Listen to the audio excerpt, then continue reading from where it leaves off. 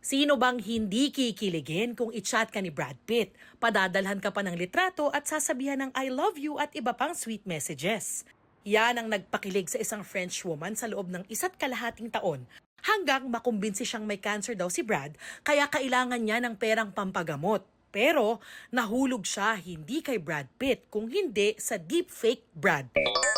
Hindi lang puso ng biktima ang nanakaw kung hindi pati pera niyang nasa $850,000 o mahigit 49 million pesos. Iniimbestigahan na ng French authorities ang insidente. Ang kampo ng totoong Brad Pitt nagpaalalang hindi aktibo sa social media ang aktor, kaya wag basta-basta sumagot sa mga mensaheng natatanggap online.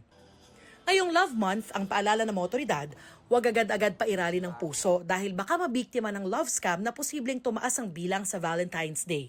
Lahat we've been monitoring since January, no?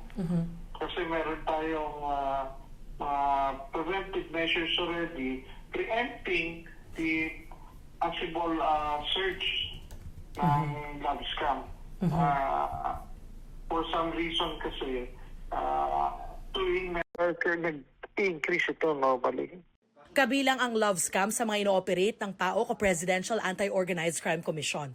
Ang modus ng mga nahuli nila, pinaiibig ng scammer ang biktima bago kumbinsing mag-invest sa cryptocurrency. Pag meron na silang makitang profile na fit doon sa possible victim nila, ipapadala nila doon naman sa kanilang tinatawag na marketing group. Yun yung nag-hard sell.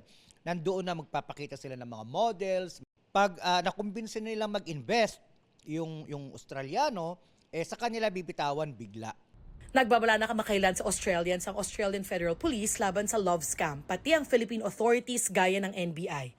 Sa isang raid kasi ng PAOK no October 2024, nalaman nilang may nasa 5,000 phone number sa Australia ang muntik ng mabiktima.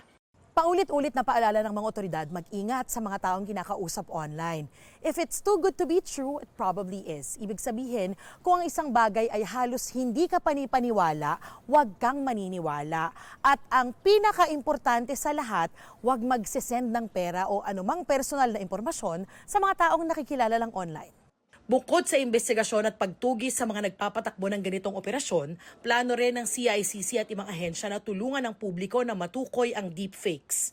We launched the program distributing specialized tools to partner agencies on detecting the fake content. Magkakaroon tayong designated person of special interest who will help the public determine kung ang content na nakita nila is fictitious or not. Para sa GMA Integrated News, Darlene Kai, Nakatutok, 24 Oras.